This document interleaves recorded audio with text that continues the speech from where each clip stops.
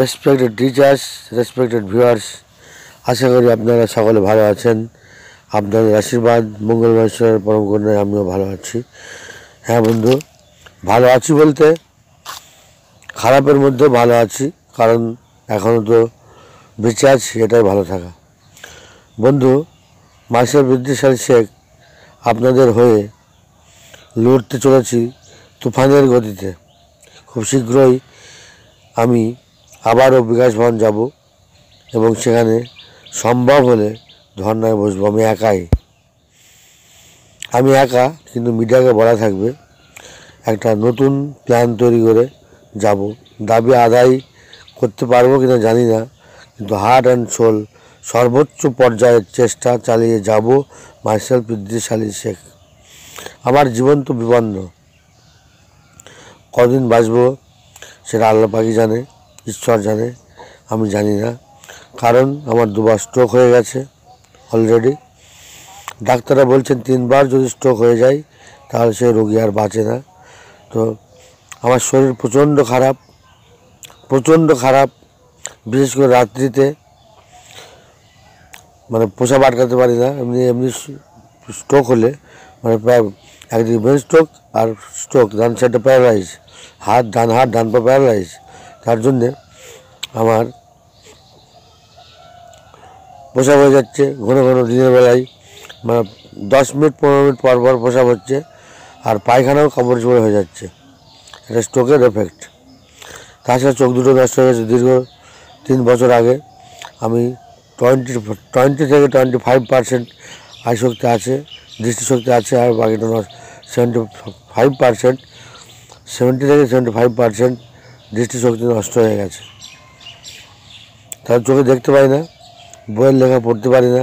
স্কুলে গিয়ে ক্লাসে ছোটো 1 আর বড় 1 এই দুটো ক্লাসে গিয়ে বসে থাকি আর পড়ো এসব করি, যে কোনো রকমে চাকরিটা বাঁচিয়ে রেখেছি। কদিন স্কুল যেতে পারবো তার কোনো গ্যারান্টি নেই। লিভার কিডনি ড্যামেজ হয়ে গেছে। এই পা দুটো ড্যাম করে মৃত মানুষ যেমন ফুলে যায় সেরকম পা দুটো ফুলছে। আমাদের অবস্থায় আপনাদের হেল্প ছাড়া কোনো ইয়ে নেই। ভাড়া বৃদ্ধির কথা কীভাবে করবো, কীভাবে হবে সেটা বলবো। তার আগে আমার বিষয়টা একটু বলে দিই। বন্ধুরা, মার্শাল বিদ্যাসাগর শেখ তার পাও ফুলছে, ডান সাইডে হাতে পায়ে কোনো বল নেই, কোনো কাজই করতে পারি না। বাড়ি থেকে বউয়ের গুতুনি খাচ্ছি। বাড়িতে চরম অশান্তি চলছে, এমনকি বউ আসবে না এরকম সিদ্ধান্ত নিয়েছে। আমার ছেলে পেলেও হয়নি, সন্তানহীন। তাই 16 বছর আগে বিয়ে হয়েছে, তবুও সন্তানহীন। তাই স্ত্রীও আসতে যাচ্ছে না।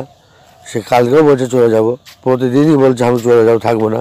এর আগে 4 মাস চলে গিয়েছিল আর আসতে যাচ্ছিল না, কোনো রকম হাত পা ধরে নিয়ে এসেছি।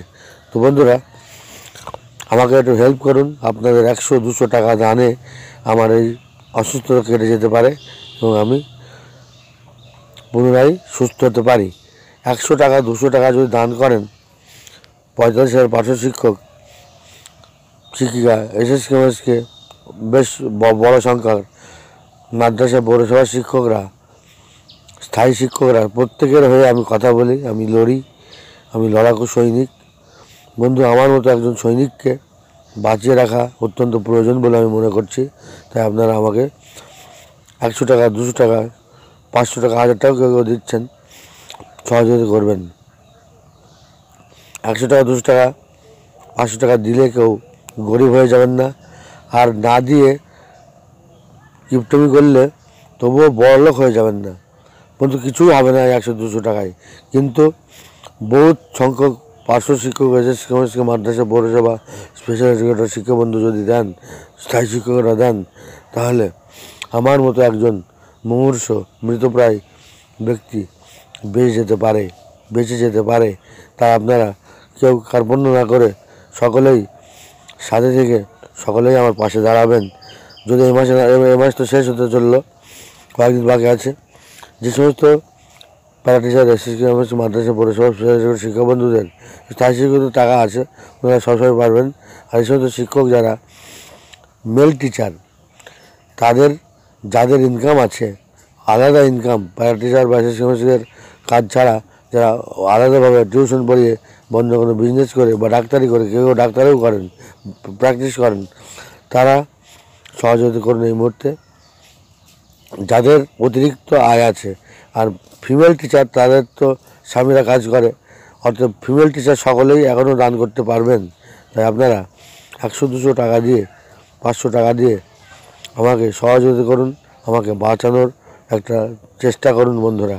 তো বন্ধু, আমার ফোনপে নাম্বার হচ্ছে 81 67 29 36 40, 81 67 29 36 40, 81 67 29 36 40। অ্যাকাউন্ট নাম্বার হচ্ছে 033 00 10 19 91 24, 033 00 10 19 91 24। আইএফএসসি কোড বড় হাতের PUNB, বড় হাতের PUNB 00 33 020। আইএফএসসি কোড বড় হাতের PUNB 00 33 020। তো এই নাম্বারে কৃপা করে, দয়া করে, অনুগ্রহ করে 100-200 টাকা, 500 টাকা আপনারা পাঠাবেন যখন পারবেন। যদি এ মাসে পারেন এ মাসে, এ মাসে না পারলে পরের মাসে, মানে জানুয়ারি মাসে না পারলে ফেব্রুয়ারি মাসে, ফেব্রুয়ারি মাসে না পারলে মার্চ মাসে। বন্ধু, এটা আমার দীর্ঘমেয়াদী চিকিৎসা। আমার যে স্ট্রোক হয়েছে, ডান সাইডে প্যারালাইজ, আমার যে ব্রেন স্ট্রোক হয়েছে, এটা তো সহজে ছাড়বে না। তবে আপনাদের অনুদান, বেশ কিছু সংখ্যক পার্শ্ব শিক্ষিকা, কিছু সাধারণ মানুষ করেছেন, অনুদান দিয়েছেন, তাতে করে আমি চিকিৎসাটা করতে পারছি, তাতে করে কিছু ছাড়া পেয়েছি। 10% একটু ডেভেলপ হয়েছে। আমার তো 80% লস হয়েছে, শরীরের শারীরিক অক্ষমতা হয়েছে। আমি তো চলতেও পারি না ঠিকমতো, খুঁড়িয়ে যেখানে 2 মিনিট লাগে হাঁটতে, সেটা আমার 25-30 মিনিট লেগে যাচ্ছে আর হেঁটে যেতে। এবং রাতে প্রচুর অসুবিধা হচ্ছে, রাতে প্রসাব হয়ে যাচ্ছে কাপড় চোপড়ে। তার জন্য আমি স্ত্রীর কাছে থাকি না, সে গালাগালি দেয়, তা আমি একা থাকি রাতে। তো বন্ধুরা, এত অসুবিধা সত্ত্বেও আপনারা আমাকে দান করবেন। আরেকটা বিষয় হলো, আমাদের পার্শ্ব শিক্ষক, এসএসসি মাদ্রাসা পৌরসভার ভাতা বৃদ্ধি অবলম্বন দরকার। আমি মনে করছি বা বিশ্বাস করছি এই বছরেই ভাতা বৃদ্ধি হবে, কারণ 7 বছর ভাতা বৃদ্ধি হয়নি। মমতা বন্দ্যোপাধ্যায় ক্ষমতায় এসে 11 সালে ক্ষমতায় এসে 18 সালে ভাতা বৃদ্ধি করেছিল, আবারও সেই গ্যাপ হয়ে গেছে। অতএব ভাতা বৃদ্ধি 2024 সালে অবশ্যম্ভাবী হবে, এটা আমার মনে হচ্ছে। এটা কোনো খবর নয়, এটা আমার বিশ্বাস। অবশ্যই ভাতা বৃদ্ধি হবে, এটা আমি মনে করছি। তো বন্ধুরা,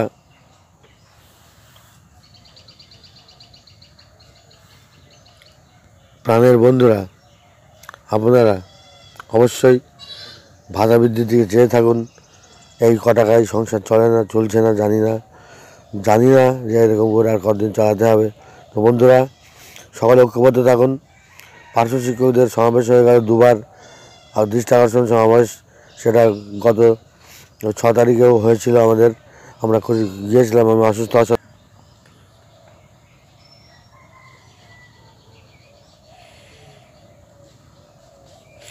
কৃষ্ণনগরের সহায়তা আমি গিয়েছিলাম।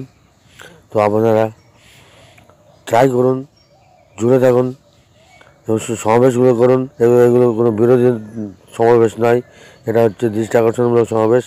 অবশ্যই এই সমাবেশগুলো ফলদায়ক হবে এবং সরকারপন্থী যে সংগঠন রয়েছে, তারা সরকারের সাথে নিয়মিত প্রতিনিয়ত যোগাযোগ করছে। ফোরাম আবারও বৈঠক করবে আশাবাদী, এবং নিশ্চয়ই আমরা 2025 সালের মধ্যে পার্শ্ব শিক্ষক, এসএসসি মাদ্রাসা পৌরসভা, স্পেশাল এডুকেটর শিক্ষাবন্ধু সকলের ভাতা বৃদ্ধি করতে পারবো, আমরা এটা বিশ্বাস করছি। বন্ধু, কোনোভাবে ভেঙে পড়বেন না। আমি আশিস বুদ্ধিশালী শেখ, এত অসুস্থ হওয়া সত্ত্বেও ভেঙে পড়ছি না। আমি বিশ্বাস করছি আমরা ভাতা বৃদ্ধি করতে পারবো 2025 সালের মধ্যেই। নিশ্চিত মাননীয় মুখ্যমন্ত্রী মমতা বন্দ্যোপাধ্যায় আমাদের দিকে তাকাবেন এবং 1-3-2024 যে জিও বা অর্ডার বার হয়েছে, সেই অর্ডার অনুযায়ী আমাদের ভাতা বৃদ্ধি করবেন। আমরা সকলেই চাই, এটা মনে প্রাণে চাই, প্রত্যেকে চাই। তবে ঘরে বসে চাইলে হবে না, যখন নেতৃত্বরা ডাক দেবেন, বঞ্চিত পার্শ্ব শিক্ষক নেতৃত্বরা যখন সমাবেশে ডাক দেবেন, অবশ্যই প্রত্যেককে হাজিরা দিতে হবে। সেখানে একদিনের তো সমাবেশ হলো, কিন্তু আমরা জমায়েত করতে পারিনি। আমরা 2000-3000 লোক সেখানে জমায়েত হয়েছিলাম, কিন্তু 45,000 পার্শ্ব শিক্ষক, তার মধ্যে যদি 2000-3000 লোক যায়, তাহলে সরকারের দৃষ্টি আকর্ষণ কীভাবে হবে? তাই দয়া করে সমস্ত শিক্ষকরা তৈরি থাকুন, রেডি থাকুন, যখনই ডাক পড়বে তখনই যেতে হবে। বন্ধু, বাচ্চা না কাটলে যখন মা দুধ দেয় না, এই মমতা বন্দ্যোপাধ্যায় আমরা যদি কাটাকাটি না করি, আমরা যদি না চাই, আমরা যদি জমায়েত না করি, তাহলে মমতা বন্দ্যোপাধ্যায় দেবে না। তার জন্য আমাদের যেতে হবে, জমায়েত করতে হবে।